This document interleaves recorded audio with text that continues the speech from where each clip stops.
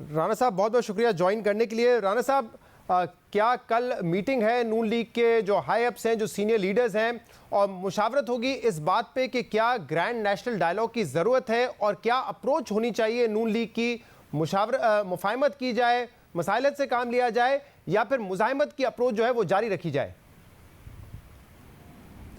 देखें, कोई ऐसी मीटिंग जो है वो कल के लिए फ़िक्स तो नहीं है, लेकिन ऐसी मीटिंग्स जिनमें पार्टी की पॉलिसीज़ और पार्टी का लाहे-अमल जो है वो डिस्कस होता रहता है, ये मीटिंग्स एक मामूल है। और विदिन ए वीक एक या दो मरतबा जो है वो इन चीज़ों के ऊपर मीटिंग होती है। अच्छा, क्योंकि आज डॉन अखबार में ये खबर लगी हुई थी कि कल बाकायदा इस ग्रैंड डायलॉग के इशू पर पार्टी के सीनियर लीडर्स के दरमियान मीटिंग होगी और वर्चुअल लिंक के जरिए नवाज शरीफ साहब भी होंगे उस मीटिंग में। जी, जो मीटिंग्स सीनियर लेवल पे होती हैं तो उनमें अक्सर मीटिंग्स में मियां नवाज शरीफ साहब जो है वो वीडियो लिंक पे जो है वो शिरकत करते हैं।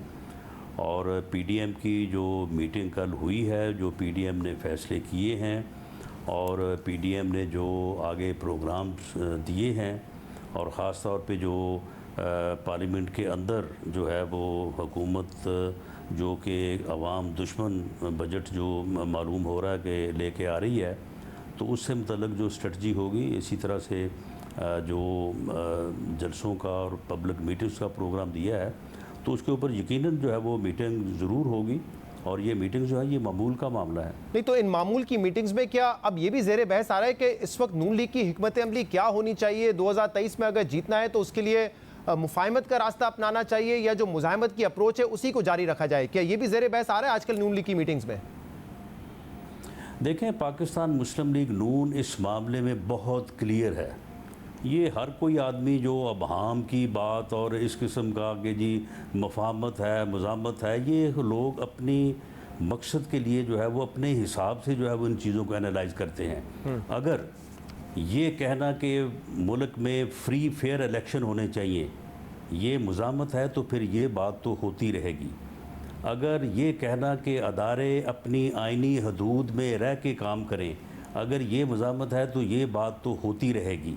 अगर ये कहना कि आवाम के वोट को इज़्ज़त दो और आवाम के मैंडेट का एहतराम करो, अगर ये मुज़ाहमत है तो फिर ये तो होती रहेगी।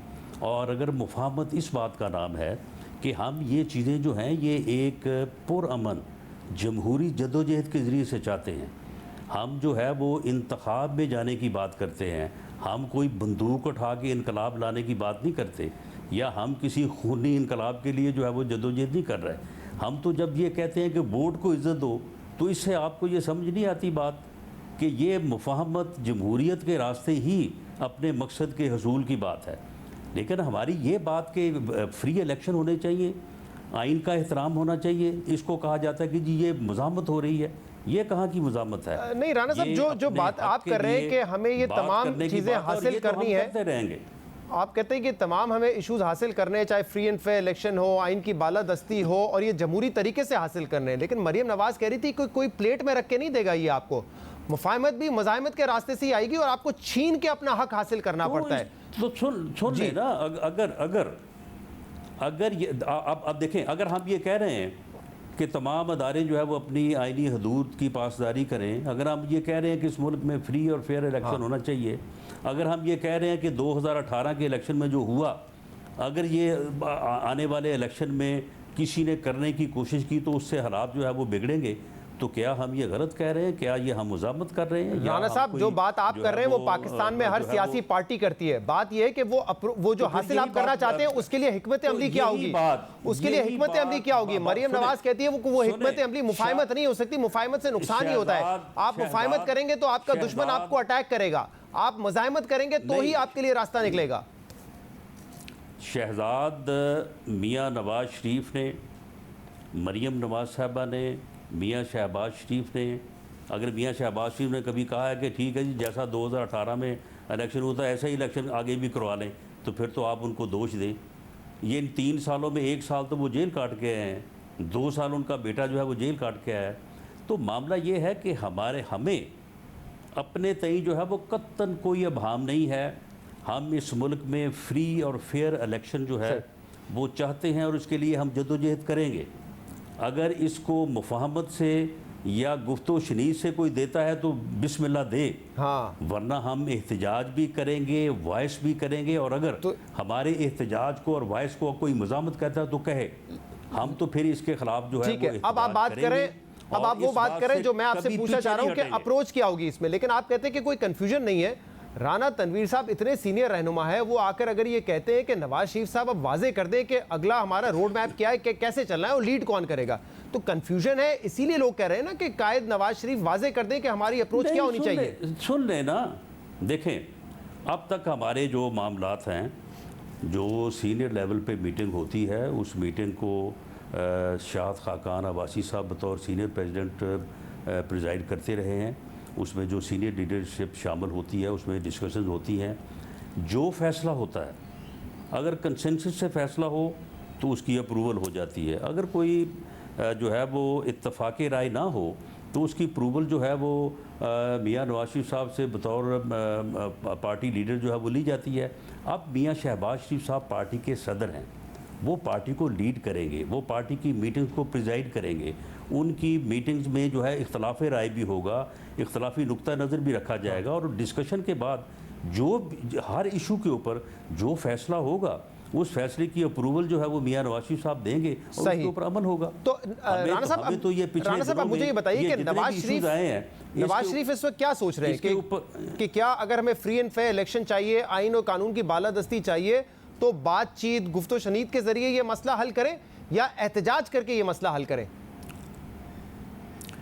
नहीं, देखें मामला ये है कि अगर ये मसला हल हो रहा है, अगर हालात ऐसे हैं कि अदारे अपने आइनी हदूद में काम कर रहे हैं, अगर फ्री एंड फेयर इलेक्शन के लिए रास्ता हमवार हो रहा है, तो फिर हम इलेक्शन की तैयारी करेंगे ना, फिर हम एहतजाज नहीं करेंगे। और अगर नहीं हो रहा तो फिर हम एहतजाज करेंगे, फिर हम वॉइस करेंगे।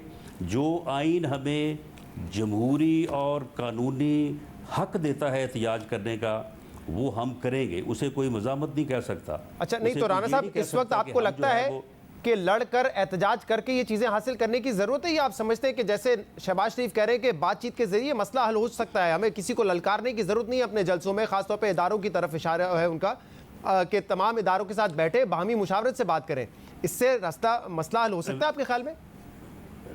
मियाँ शहबाज शरीफ साहब जो बात कर रहे हैं उस बात में भी वज़न है कि ये मसला जो है ये हल हो सकता है, लेकिन जो दूसरी बात है जो हम कह रहे हैं कि अगर ये रास्ता हल ना हुआ तो फिर हमने हर कीमत पे इस रास्ते को हासिल करना है, क्योंकि 2018 के इलेक्शन के बाद अगर अगला इलेक्शन भी जो है वो रिग होता है, हाँ। तो ये पाकिस्तान के लिए जो है ये बहुत बुरा होगा।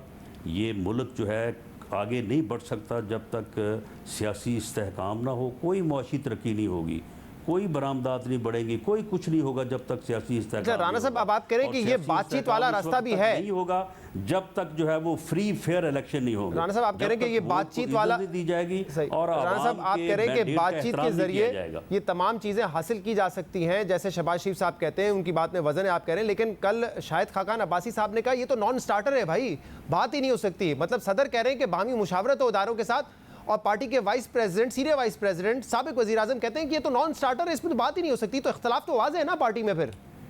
नहीं, देखें शाहद खाकान अब्बासी साहब ने जो बात की, उन्होंने जो पास्ट एक्सपीरियंस, जो रीसेंट पास्ट एक्सपीरियंस हुआ है कि जिसके ऊपर जो है वो क्या, ये अभी कल की बात नहीं है कि फैटेक के ऊपर जो है वो अपोजिशन ने बैठ के जो है वो सारी बात की है कौमी मफाद में, नेशनल इंटरेस्ट में, और उसके बाद फिर हमें क्या ताने मिले हैं कि जी ये तो एनआरओ मांग रहे थे, ये बिल्कुल ताने भी मिले, और इसके बाद शहबाज शरीफ साहब जेल भी गए, ताने भी मिले, शहबाज शरीफ साहब जेल भी गए, फिर भी शहबाज शरीफ साहब कहते हैं कि यही रास्ता है। और सुन लें स्पीकर हाउस में हमारे साथ जो है वो 2 दिन बैठ के जो है वो हमारे साथ तय करके शाह महमूद कुरैशी साहब जो है वो गए हैं वापस, और वापस आके कहा कि जी वो पागल नहीं मान रहा, हम क्या करें, हम तो करना चाहते हैं, वो पागल नहीं मान रहा।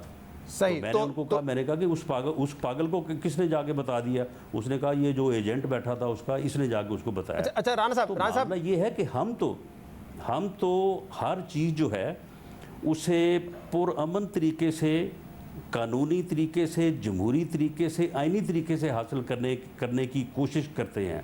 राणा साहब, अब मेरे सवाल के जवाब दे दें कि अगर आप कहते हैं कि माजी के एक्सपीरियंसेस बड़े बुरे गुजरे हैं, तो फिर शहबाज शरीफ साहब उसके बाद जेल भी गए हैं, तो क्यों वो समझते हैं कि मुफाहमत से मसला हल हो सकता है, जिसके लिए वो नवाज शरीफ के पैर पकड़ने के लिए तैयार हैं, उनको मनाने के लिए तैयार है कि भाई बैठ के बात करते हैं? शहबाज शरीफ गलत समझ रहे हैं, इसका मतलब गलत सोच रहे हैं फिर?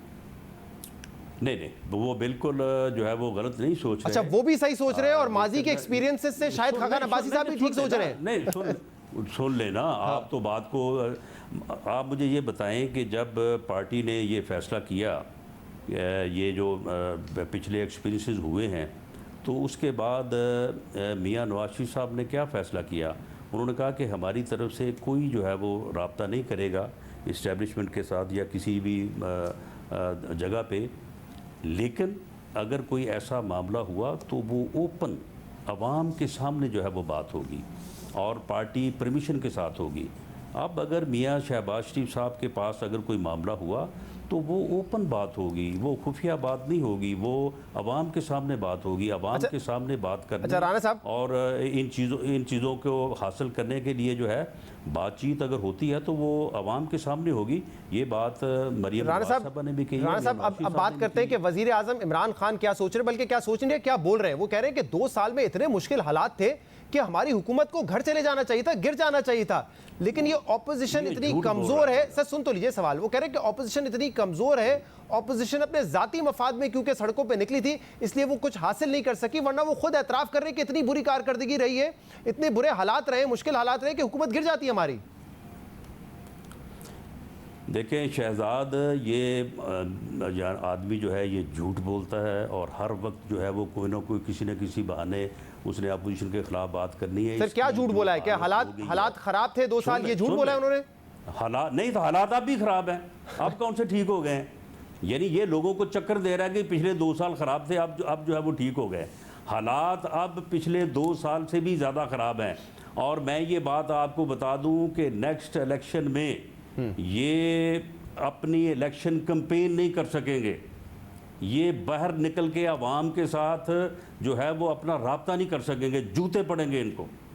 राणा साहब, ये किसी मगालते में है। राणा साहब, अब देखें हकीकत यह है और आपकी पार्टी के लोग भी अब ये बात कर रहे हैं कि आज जो हालात हैं वो पहले 2 साल से बेहतर हैं और आने वाले जो 2 साल होंगे वो आज से बेहतर होंगे। ये आपकी पार्टी के लोग खुद अब इस बात का एतराफ करें कि माशी तौर पे हालात पहले जैसे नहीं रहे। सुन लीजिए सर सवाल, सुन लीजिए सर सवाल मुकम्मल तौर पे। इसके अलावा आपकी पार्टी में हिकमत अमली पे इत्तेफाक नहीं है, पीडीएम की कोई हिकमत अमली दोबारा नजर नहीं आ रही। वो कह रहे हैं कि हमें बैठाएं और इजलास में अफगानिस्तान के हवाले से बताएं कि क्या हो रहा है, ये हिकमत अमली है आपकी।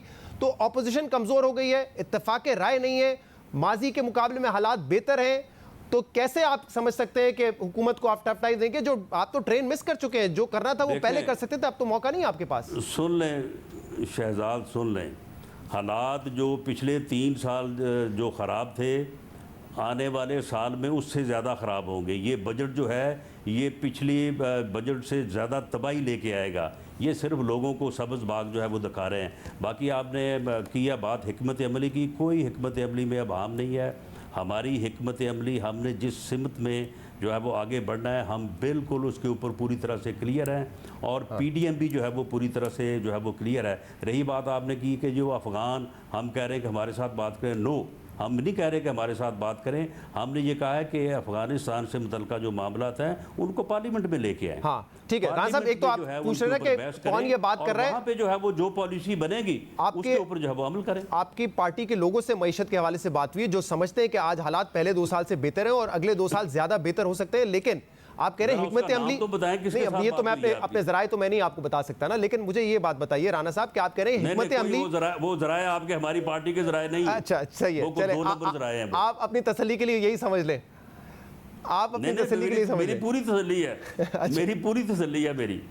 अच्छा ये राणा साहब मुझे ये बताइए कि ये हालात के मुताल्लिक जो है ना, मैं लोगों में रहता हूं। आप कह रहे हैं कि हिकमत अमली में बैठा हूं, आप कह रहे हैं कि मुझे पता है कि हालात जो है वो कितने बेहतर हैं और कितने अच्छा राणा साहब जो है वो और बदतर होने जा रहे हैं। आप कह रहे हैं हिकमत अमली में कोई फर्क नहीं है, पहले आप हुकूमत को गिराना चाहते थे, आज आप पीडीएम में बैठ के ये डिस्कस करते हैं कि हुकूमत हमें अफगानिस्तान के इशू पे ब्रीफिंग दे। ये फर्क नहीं नजर आ रहा है इसमें आपको? नहीं, हुकूमत जो भी ब्रीफिंग देना चाहता है, बात यह है कि ये ब्रीफिंग देना चाहते हैं नहीं देना चाहते। लेकिन अफ़गानिस्तान के मामले के ऊपर जो भी करना है उसको आगे पार्लियामेंट के सामने बताएं। अगर इन्होंने बताए बगैर ये अड्डे बड्डे ये जो सारी बातें चल रही है ना, अगर इन्होंने ये किया तो फिर इसका ये शौक भी पूरा हो जाएगा कि अब वो तो पार्लियामेंट में शाह महमूद कुरैशी साहब स्टेटमेंट दे चुके हैं कि ऐसा कोई इरादा नहीं है। बहुत बहुत शुक्रिया।